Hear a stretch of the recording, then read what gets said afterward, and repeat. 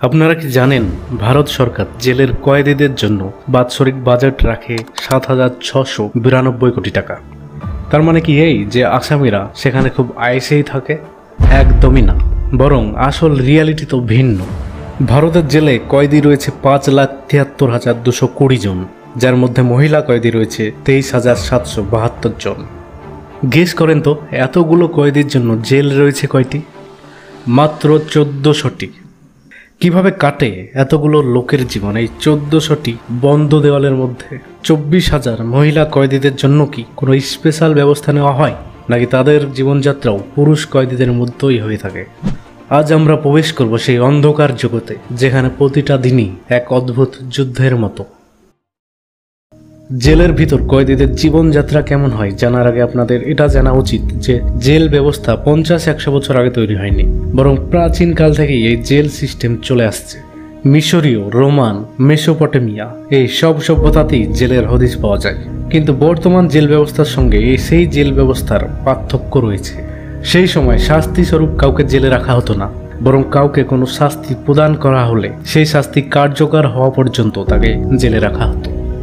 বর্তমানে কাউকে জেলে রাখাটাই তার শাস্তি, যে অমুক ব্যক্তিকে ২ বছর, ৫ বছর কিংবা সারা জীবনের জন্য জেলে পাঠানো হলো।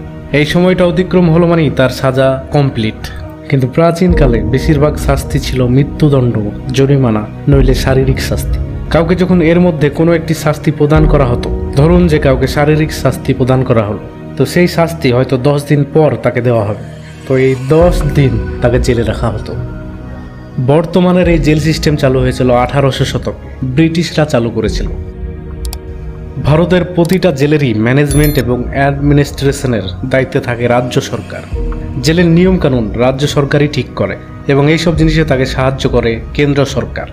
জেলের সুরক্ষা, রিপেয়ারিং, মেডিকেল ব্যবস্থা, মহিলা কয়েদিদের ফ্যাসিলিটি ইত্যাদি জিনিস দেখভাল করে কেন্দ্র। এর জন্য রাজ্য সরকারকে শুধু সুপ্রিম কোর্টের তৈরি ৩টি প্রিন্সিপালকে ফলো করতে হয়।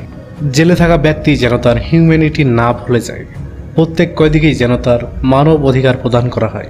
সাজাপ্রাপ্ত ব্যক্তি হোক সে পুরুষ কিংবা মহিলা, তাকে যেন আলাদাভাবে সাফার করতে না হয়। চলুন এবার জানি ভারতে কি কি ধরনের জেল রয়েছে এবং সেখানে কয়েদিদের সঙ্গে কেমন ব্যবহার করা হয়। সর্বপ্রথম আছে সেন্ট্রাল জেল, যেখানে ২ বা তার বেশি বছর সাজাপ্রাপ্ত আসামিদেরকে রাখা হয়। আমরা মুভি সিনেমায় যাই দেখি না কেন, আসলে কিন্তু এই সব জেলে কয়েদিদের জীবন নরকের থেকেও খারাপ। এইসব জেল পরিষ্কার পরিচ্ছন্ন রাখার তেমন কোনো সুবিধা নেই, যার সবচেয়ে বড় কারণ প্রশাসন নিজে। দি মডার্ন প্রিজন ম্যানুয়াল অনুযায়ী প্রতি ১০ জন আসামির জন্য একটি টয়লেট থাকতে হবে, কিন্তু রয়েছে ৭০-৮০ জনের জন্য একটি টয়লেট। এর কারণ ওভার ক্রাউডিং। ২০২২-এর রিপোর্ট অনুযায়ী ভারতীয় জেলের ক্যাপাসিটি ৪,৩৬,০০০ কয়েদি রাখার মতো, যেখানে কয়েদি রয়েছে ৫,৭৩,০০০। ভারতের সবচেয়ে বড় জেল তিহার জেল, যার ক্যাপাসিটি ১০,০২৬ জনের, কিন্তু কয়েদি রয়েছে ১৯,০০০-এরও বেশি। এরকমই হাল ভারতের প্রায় প্রতিটা জেলেই। ভিড় যেখানে বেশি হবে সেখানে নোংরা আবর্জনাও বেশি হবে, এটাই স্বাভাবিক। সরকার নির্ধারিত জেলের বাজেটের ৬৫% থাকে শুধু খাবার দাবারের জন্য, যাতে করে তারা জেলের মধ্যে কোনো ধরনের কুপোষণের শিকার না হয়ে পড়ে।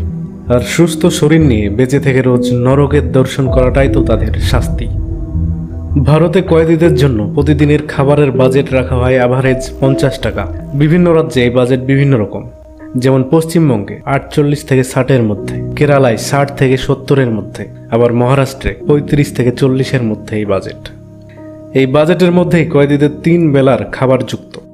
আজকের দিনে যখন জিনিসপত্রের আকাশ ছোঁয়া দাম, সেই সময় দাঁড়িয়ে মাত্র ৫০ টাকায় ৩ বেলায় খাবারের মান যে খুবই খারাপ হবে সেটাই স্বাভাবিক।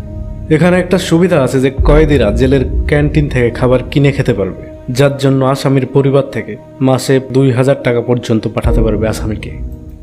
ভারতে বিভিন্ন সাব জেল রয়েছে, যেগুলো সেন্ট্রাল জেল এবং ডিস্ট্রিক্ট জেলের থেকে ছোট হয়। ছোট হওয়ার কারণে এইসব জেলের ফ্যাসিলিটি কম থাকে। এইসব জেলে আসামিদের অবস্থা আরও খারাপ হয়। এইসব জেলে কয়েদিদের মেডিকেল ব্যবস্থা খুব খারাপ হয়। তারা দ্রুত চিকিৎসা পায় না এইসব জেলে, যার ফলে রোগ সংক্রমণ দ্রুত ছড়ায়। HIV এবং টিবি রোগে আক্রান্ত ব্যক্তির সংখ্যা এইসব জেলেই বেশি থাকে। আরেক ধরনের জেল রয়েছে, যেটা হলো ওপেন জেল। এইসব জেলে সেই সব কয়েদিদেরকেই রাখা হয় যারা জেলের ভিতরে এবং বাইরে নিজেদের ব্যবহার খুব ভালো রেখেছে। এই জেলে কয়েদিদেরকে বেশি ছাড় দিয়ে রাখা হয়।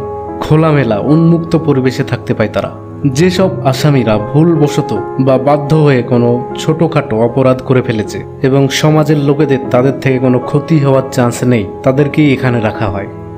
জেলে কয়েদিদেরকে মানসিকভাবে সুস্থ রাখতে তাদেরকে বিভিন্ন কাজে ব্যস্ত রাখা হয়, যাতে করে মানসিকভাবে অসুস্থ না হয়ে পড়ে চার দেওয়ালে বন্দি থেকে। জেল পরিষ্কার পরিচ্ছন্ন রাখা থেকে শুরু করে রান্না করা পর্যন্ত করতে হয়। ইদানিং বিভিন্ন জেলে তো বিভিন্ন হ্যান্ডমেড সামগ্রী তৈরি করার কাজও করে থাকে কয়েদিরা। কাপড় তৈরি, ফার্নিচার তৈরি, প্রদীপ, মোমবাতি তৈরি ইত্যাদি কাজ করে থাকে। এসব কাজের বদলে তাদেরকে পারিশ্রমিকও দেওয়া হয়। এসব টাকা তাদের নামে অ্যাকাউন্ট খুলে সেখানে জমা করা হয়, কারণ হাতে টাকা থাকলে সেই টাকা চুরি হয়ে যাওয়ার রিস্ক থাকে জেলের ভিতর।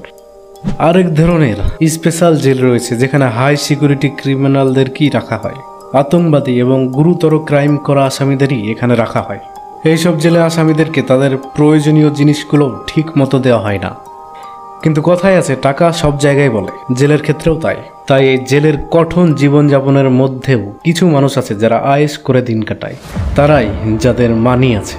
তারা এখানে ইচ্ছে মতো খেতে পারে, ঘুরতে পারে, শপিং করতে পারে, ইচ্ছে মতো বাইরে যেতে পারে। এক কথায় তারা সমস্ত সুবিধা পায়। মোবাইল, সিগারেট, তাম্বাকু সবই প্রদান করা হয় তাদেরকে। এছাড়াও সরকারের যারা স্পেশাল হয় তারাও সুবিধা পায় রাজার মতো। সে কারণেই রাম রহিম ও আসারাম বাপুর মতো আসামি বারবার বিল নিয়ে বেরিয়ে আসে।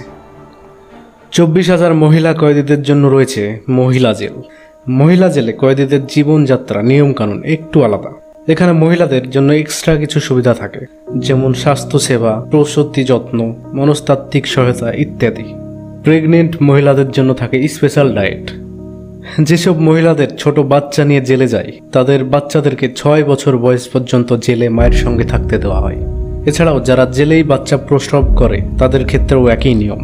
জেলের মধ্যেই শিশুদের জন্য বিশেষ খেলার জায়গা, খাবার এবং প্রাথমিক শিক্ষার ব্যবস্থা রয়েছে। জেলের মধ্যে চাইলে সমস্ত কয়েদিরা পড়াশোনাও করতে পারে এবং ডিগ্রিও অর্জন করতে পারে জেলে থাকাকালীন। সাধারণত তাদেরকে Indira Gandhi national open university থেকে ডিগ্রি প্রদান করা হয়। বন্ধুরা, এই ভিডিওতে জেলের কঠোর বাস্তবতার গল্প শুনলাম, কিন্তু প্রশ্ন, এটা কি শুধুই শাস্তি দেওয়ার জন্য নাকি পরিবর্তনের সুযোগ থাকা উচিত? আর আমাদের কারা ব্যবস্থার কতটা উন্নতি সম্ভব? আপনাদের মতামত অবশ্যই জানাবেন।